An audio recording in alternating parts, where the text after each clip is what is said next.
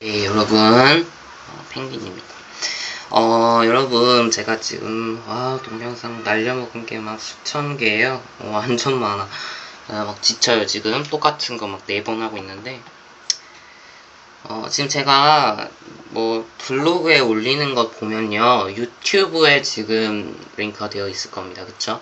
유튜브에 링크가 되어 있을 텐데, 왜 유튜브로 링크해놓냐 한다면은, 네이버에 직접 첨부를 하려고 하니까 그게 100메가 넘기면은 안 된다 하더라고요. 그것 때문에 또 하나를 날려먹었어요. 다 찍었는데. 그래가지고 여러분 이제 좀 지쳤어요. 여러분 이제 그것 때문에 제가 지금 유튜브에 올리고 있어요. 여러분 근데 유튜브에서 이제 바로 되는 게 있더라고요. 유튜브에서 이제 네이버 이제 블로그 같은데 이제 링크를 할 수가 있게 되었더라고요. 이렇게 해가지고 네 블로그가 있으면은 막 이게 유튜브 그거 재생할 수가 있게 이렇게 하더라고요. 근데 재생할 수가 있게 되던데 오늘 할 수 있으면 해보도록 하겠습니다. 어떻게든 알아올게요. 그래서 여러분 그렇게 링크할 수 있게 해보도록 하겠습니다. 뭐 또 동영상 초과 뭐 이런 게 있다면 어쩔 수 없겠지만 지금 이렇게 유튜브는요 지금 제한이 없어요. 메가 뭐 이런 수가 제한이 없어가지고 여러분 좀 할 수가 있거든요. 좀 길게 찍을 수가 있거든요. 그래서 천천히 나가보려고요. 한 강당 한 20분 정도 소요될 거라 생각합니다. 일단 첫 번째 강의이기 때문에 뭘 좀 제가 소개를 해드려야 되죠. 어떻게 무슨 단원이지? 일단은 여러분 지금 제가 동영상 강의를 찍고 있는데요. 동영상 강의를 찍는 이유부터 이제 간략하게 설명해 드리자면 동영상 강의를 찍는 이유는 그게 있어요. 글로 여러분이 좀 내가 작성해 보려고 했거든요. 글로 이렇게 작성을 해보려고 하다 보니까 수식 입력, 그래프 입력 그런 것들이 너무 힘들더라고요. 또 그거 입력이 귀찮은 것도 입력이 꼭 귀찮아서 그런 건 아니고요. 어차피 제가 이렇게 설명을 해드리는데 글로써 설명해드리면 사실 안 들어와요. 물론 여러분이 글로써 설명해드리면 이제 머리에 안 박혀요. 그래서 여러분이 만약에 그냥 글로 된 어떻게 자료를 찾아 읽고 싶다 한다면요. 네이버에 치면요. 다 나와요. 진짜로 다 나와요. 그래서 그런 걸 참조해 보시고 동영상 강의 같은 거 물론 많긴 하지만요. 원하신다. 좀 세분화된 걸 원하신다라고 여러분이 생각하신다면 그냥 제 걸 들으셔도 상관은 없는 것 같아요. 여러분의 취향에 따라 다르겠지만 알아서 해주시면 되겠습니다. 네, 좋게 봐주셨으면 좋겠고요. 이런 동영상 강의는 여러분의 관심과 사랑에 의해서 제작이 됩니다. 그래서 꼭 댓글 이런 것들을 꼭 필요로 합니다. 여러분 꼭 남겨주시면 좋겠어요. 좋습니다. 오늘 행렬이라는 단어를 공부할 건데 일단 수원을 첫걸음이잖아요. 수원의 첫걸음이에요. 그래서 이런 수원에 대해서 이제 간략하게 좀 소개를 해보려고 하거든요. 수원에 대해서 소개를 해볼게요. 이 수원은요 4가지 단원으로 이루어져 있어요. 4가지 단원. 이게 맞나요? 이렇게 쓰는 게? 사가 헷갈려요. 이건지 4가 이렇게 쓸 겁니다. 1, 2, 3, 4단원으로 이루어져 있습니다. 첫 번째 경우에서는 행렬과 그래프라는 단원으로 이루어져 있어요. 행렬과 그래프에서는 말 그대로 행렬에 대해서 살펴볼 거예요. 행렬에 대해서. 그래프라는 게 선생님 왜 갑자기 나왔어요? 한다면 그래프에 대해서도 공부를 할 거니까 그래요. 그래프는 그렇게 큰 작용은 하진 않지만 행렬을 이용해서 그래프를 표현할 수 있다라고 해가지고 행렬과 그래프다라고 얘기를 합니다. 여기 이제 행렬과 그래프는 사실 이산수학에서 떨어져 나온 개념이에요. 예전에 그게 이산수학이라고 이제 소리 가영이 이제 선택 과목이 있었어요. 그게 바로 이산수학이었는데 여기서 이제 떨어져 나왔습니다. 이산수학은 사라지고 조금 얕게 공부를 해볼 거고요. 이 단원의 경우에서는 지수와 로그라는 걸 배워요. 물론 여러분 이게 어떤 이제 교과서나 참고서에서는 지수, 로그 이렇게 따로 적혀져 있는 그런 문제집이나 이런 것들이 있을 텐데 사실 한꺼번에 부릅니다. 지수와 로그 해가지고 지수 우리 지수 알죠? A 제곱 이런 것들을 공부하게 될 거고 로그라는 단원에서는 새로운 로그라는 개념을 배우고 그것에 대해서 이제 함수의 그래프 이런 것들을 그리게 될 거예요. 그래서 이런 지수와 로그에서는요 함수의 거의 마지막이에요. 제관점이 마지막입니다. 그래서 여러분이 함수에 대해서는 이거 지수화로 갖고 끝났어요? 그건 아니에요. 물론 이제 여러분이 좀 더 가시면 이걸 이제 수원을 끝내시면요. 함수의 극한이란 파트에 들어오면서 함수는 끝까지 나올 겁니다. 여러분이 끝까지 나와서 괴롭힐 거예요. 그런데 지수화 로그라는 건 사실 좀 특별한 함수에 대해서 여러분이 마지막이다 라고 생각하시면 돼요. 물론 이과의 경우에서는 있죠, 그런 게. 뭐라고요? 삼각함수가 아직 좀 남았어요. 근데 지수화 로그가 우리가 배웠던 개념 중에서 제일 마지막일 거예요, 아무래도. 3단원의 경우에서 우리가 뭘 배우냐? 수열이란 걸 배울 건데, 수열은 사실 규칙성 발견이거든요, 수열은. 그래서 뭐, 어떻게 규칙이 이루어져 있는가. 그래서 초1 문제도 나올 거고요. 혹은 뭐 좀 어려운 거 또 많이 나올 거예요. 그래서 수열이란 단원도 공부해야 되고요. 그러니까 규칙성 발견, 뭐 네모, 세모, 네모, 세모 이렇게 나왔는데, 그 다음은 뭘까요? 네모 나오겠죠. 이런 것들을 공부하게 될 거고요. 4단원의 경우에서는 이제 수열의 극한이에요. 죄송해요. 수열의 극한이란 파트가 들어옵니다. 사실 수열이란 말이 들어간 것 보아 3단원과 4단원이 중요한 영향을 미쳐요. 4단원에서 3단원이 중요한 영향을 미칩니다. 여기서 이제 3단원의 경우에서는 수열이 좀 유한한 걸 가지고 한다라는 개념인데요. 수열의 극한이란 파트에서는 좀 무한한 수열에 대해서 학습을 할 겁니다. 유한수열, 무한수열 그건 나중에 하도록 하고요. 규칙성 발견이라는 게 가장 큰 목표다 생각하시면 되고요. 이 수열의 극한의 경우에서는 나중에 함수의 극한으로 갈 거고, 그쵸? 함수의 극한으로서는 뭐 미분, 족분 뭐 이런 거 다 할 거예요. 그쵸? 뭐 이런 것들을 공부를 할 것이다 라고 생각하시면 되겠습니다. 좋습니다. 이게 수원 파트에 대해서 이제 간략하게 설명을 해드렸습니다. 어때요? 괜찮아요? 이게 지금 A형도 보고 B형도 볼 수 있는 공통 과목으로 제정했기 때문에 어떻게 제가 어떻게 설명해 드려야 될지 잘 모르겠어요. 그쵸? 문과, 뭐 이과 이렇게 딱딱 떨어져 있으면 제가 편한데 또 그렇게 찍으려면은 너무 시간이 오래 걸려요. 똑같은 거를 개념을 설명해 드려야 되기 때문에 목소리 작아졌나요? 네. 조금 어렵기 때문에 여러분이 좀 불편함을 감수하시더라도 잘하셨으면 좋겠습니다. 좀 이해해 주셨으면 좋겠어요. 그럼 오늘 행렬이라는 단어를 공부해 보도록 할게요. 행렬 계속 공부해 보도록 하겠습니다.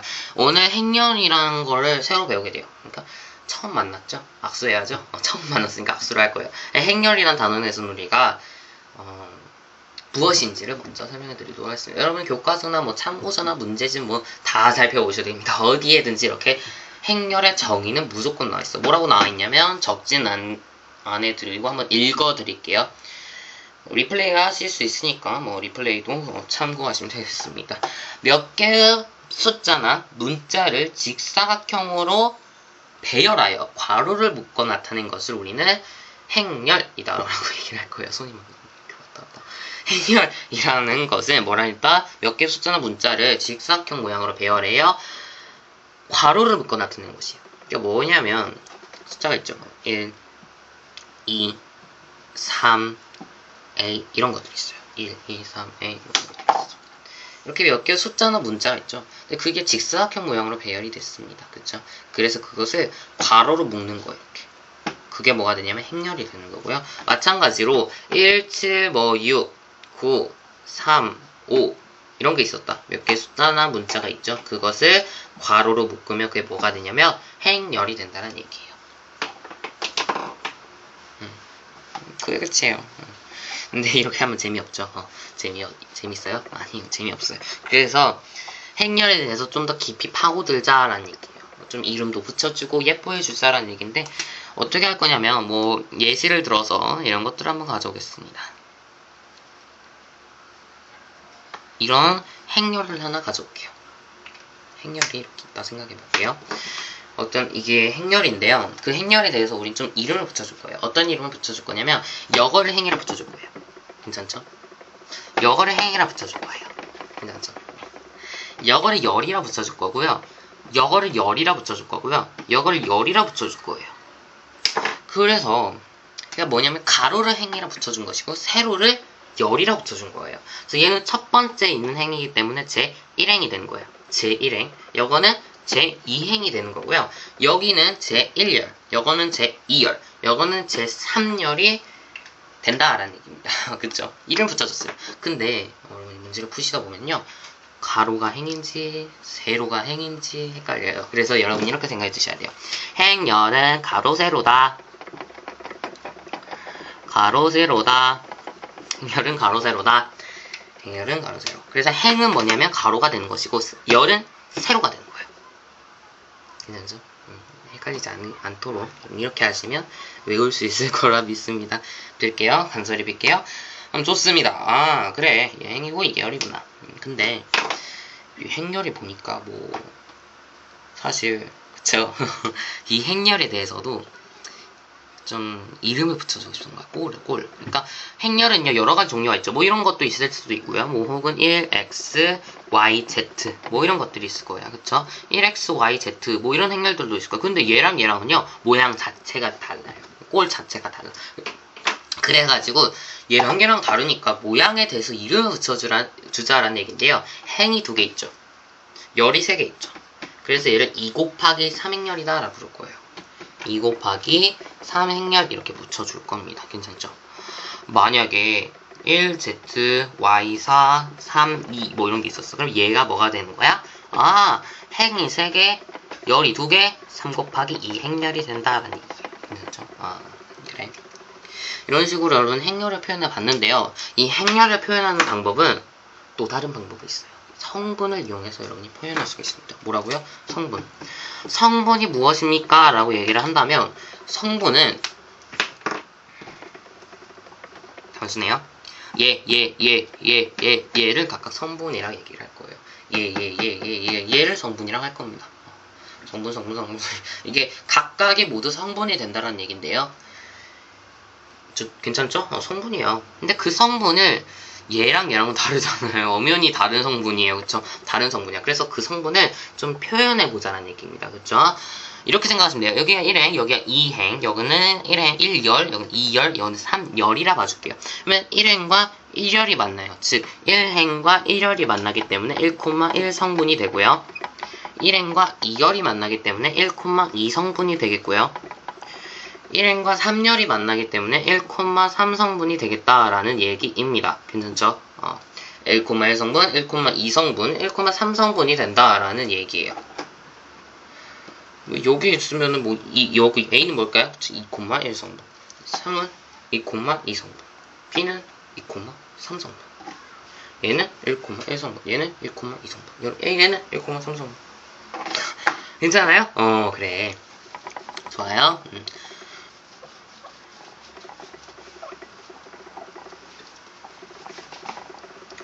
우리가 쭉 살펴봤어요. 어때요? 괜찮죠? 1행과 1열, 1과 2 맞나? 그래, 여기까지 알았어. 근데 여러분 1,1 성분이 있었습니다. 근데 이걸 다 적을 거예요? 귀찮잖아요. 여러분 수학자가 맨날 이런 거 쓸 거란 말이야. 그치? 근데 이게 쓰기가 귀찮은 거예요. 쓰기 귀찮아. 그래서 얘를 어떻게 표현할 거냐? 간단하게 행렬 A에서 1,1 성분을 우리가 어떻게 표현할 거냐? A11이라고 표현할 거예요. 행렬 A. 이제 행렬의 경우에는 보통 대문자로 많이 표현을 합니다. 그리고 이런 행렬에서 성분은 A11이 되는 거예요. 그럼 만약에 1,2 성분이었으면 A12가 되겠죠. 이런 것들이에요. 아, 그래. 좀 간단하게 표현할 수가 있구나. 그런데 제가 어디서 여러분 기억날지 모르겠는데 행렬은 성분을 이용해서도 표현할 수가 있다라고 얘기를 했어요. 그쵸? 그래서 여러분 이렇게 볼게요. A는 좀 연습해 볼까요? 여기는 뭐가 들어와야 돼? 11이 들어와야죠. 괜찮죠? A11 1행과 1열이 만나는 점이니까 여기는 A12 얘는 1행과 2열이 만나는 점이니까 얘는 A14 얘는 1행과 3열이 만나는 거니까 여기는 A21 여거는 2행과 1열이 만나는 거 2행과 1열이 만나는 거니까 요거는 A22 얘는 2행과 2열이 만나는 거니까 여기는 A23 요거는 2행과 3열이 만나는 거기 때문에 이렇게 표현할 수가 있는데 그래요. 그러니까 요거를 성분을 이용해서 표현할 수도 있다는 얘기예요. 이 행렬을 어떻게? 행렬 A는 성분의 집합입니다. 성분 AIJ의 집합입니다. 근데 그때 I는요, 행은요, 1 혹은 2가 될 수 있어. 즉 1행과 2행이 될 수 있고요. 열은요 1열, 2열, 3열, 즉 1, 2, 3이 될 수 있습니다 라고 여러분이 표현하실 수가 있다는 내용이에요. 괜찮죠? 행렬을 좀 어렵게 표현했다라는 얘기예요. 이 표현도 상당히 자주 많이 등장합니다. 내신에서든 수능에서든 많이 등장하기 때문에 여러분이 꼭꼭꼭 알고 가셔야 되는 내용이에요. 아시겠죠? 네, 행렬이에요. 그래, 여기까지 알았어. 그래. 좋아요. 이런 것들이 딱 볼게요. 그런데 행렬에서 좀 특이한 행렬이 있답니다. 행렬에서는 특이한 행렬. 무슨 행렬이 있냐? 이런 행렬들 아십니까? 혹시 들어는 보셨습니까? 1, Z, A, E 이런 행렬들이 있다 생각해볼게요. 1, Z, A, E가 있었다 생각해볼게요. 오, 이런 행렬. 선생님 이게 뭐가 이게 대체 특별한 겁니까? 뭐가 특별해요? 그치. 정사각형 꼴이라는 게 특별한 거예요. 정사각형. 얘는 행렬 중에서도 정사각형 모양으로 생겼기 때문에 정사각행렬이 된다는 얘기예요. 행렬 중에서도 정사각형 모양으로 생겼기 때문에 정사각행렬이다라는 얘기예요. 근데 정사각행렬이 그냥 정사각행렬이 아니요. 얘는 무슨 행렬입니까? 여러분 알다시피 정사각행렬이요? 그거 말고 2 곱하기 2 행렬이잖아요. 즉 행도 2개, 열도 2개인 행렬이에요. 그래서 얘를 뭐라 부를 거냐? 2차 정사각행렬이다라고 부를 거예요. 2차 정사각행렬이라고 부를 겁니다. 괜찮죠? 만약에 n 곱하기 n 행렬이었으면 어떻게 될까? n차 정사각행렬이라고 불렀겠죠. 또 여기서는 특별한 게 있어요. 이런 정사각행렬에서는 이거를 우리는 뭐라 부르냐? 주대각선이라고 부를 거고요. 이거를 우리는 뭐라 부르냐? 부대각선이다 라고 부를 겁니다. 그래, 우리가 이제 여러분 행렬의 거의 모든 것을 배웠습니다. 행렬에 대해서 우리가 뭐 누군지 알았어. 누군지 신상 정보를 파악했습니다. 네, 우리가 행렬이 누군지를 알아봤어. 이름도 알아봤고요. 뭘 좋아하는지도 알아봤어요. 그쵸? 그래서 우리가 여기까지 됐어. 근데 마지막으로 여러분이 마지막 쉬운 것만 하나 하고 마치도록 할 겁니다. 행렬에 대해서 상등이란 게 있어요. 행렬의 상등. 여러분이 이제 뭐 교과서나 이런 참고서의 경우에서는 서로 같은 행렬이라고 나왔을 겁니다. 서로 같은 행렬이 좀 더 올바른 표현이긴 한데요. 한자를 써서 좀 간략하게 할게요. 행렬의 상등. 행렬, 서로 같은 행렬이에요. 뭐냐면 행렬 A와 행렬 B가 같은 거예요. 행렬 A와 행렬 B가 같대요. 뭐 어떻게 될까? 어떻게 해야 될까? 행렬 A와 행렬 B가 같으려면은 첫 번째 뭐 어떻게 될까요? 똑같이 생기면 돼요. 정답인데요. 똑같이 생기면 돼. 그래, 똑같이 생기면 돼. 그걸 좀 수학적인 표현으로 똑같은 꼴을 지녀야 된다. 똑같은 꼴이어야 돼요. 그러니까 만약에 얘가 2 곱하기 3 행렬이면 얘가 1 곱하기 2 행렬이면 안 돼. 얘도 마찬가지로 2 곱하기 3이어야 돼요. 얘가 만약에 4 곱하기 5 행렬이면 B도 마찬가지 4 곱하기 5 행렬이어야 되지 6 행렬이 돼버리면 안 된다는 얘기예요. 무조건 4 곱하기 5 행렬, 4 곱하기 5 행렬 똑같은 꼴이어야 된다는 얘기고요. 두 번째, 만약에 똑같이 생겼어. 그러니까 예를 들어서 얘가 1인데 얘가 3, 4면 돼? 안 돼? 안 돼. 얘는 되면 안 돼요. 그래서 각각의 성분도 같아야 된다는 얘기예요. 각각의 성분도 같아야 된다. 이 두 가지 조건을 만족시켰을 때 우리는 그 행렬이 같다라고 얘기할 수 있다는 얘기입니다. 얘기할 수 있다는 얘기예요. 그래서 이게 이제 오늘 행렬의 뜻과 정의에 대해서 이제 거의 다 했어요. 우리가 다 했어요. 오늘 우리가 배워야 되는 양은 다 해봤습니다. 어떠세요? 괜찮죠? 행렬. 오, 쉽네.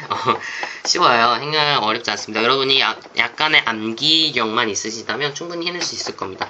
약 20분 정도 되었는데요. 이제 천천히 설명하다 보니까 여러분 이제 이거 끝나고 아마 기출 문제에 대해서 이제 문제풀이 하는 게 들어올 거예요. 여러분 제가 블로그에서 올려드릴 겁니다. 블로그에서 제가 올려드릴 테니까 기출 문제 먼저 풀어보시고 그 다음에 꼭 그 다음에 해설 강의 보시는 겁니다. 약속하세요. 여러분 먼저 해설 강의 보는 건 의미 없어요. 한번 풀어보세요. 도전해보세요. 내가 설명한 것 밖에 안 나와요. 거기 안에서만 나오기 때문에 꼭 여러분이 알고 계셔야 된다는 얘기입니다. 수고 많으셨어요. 네.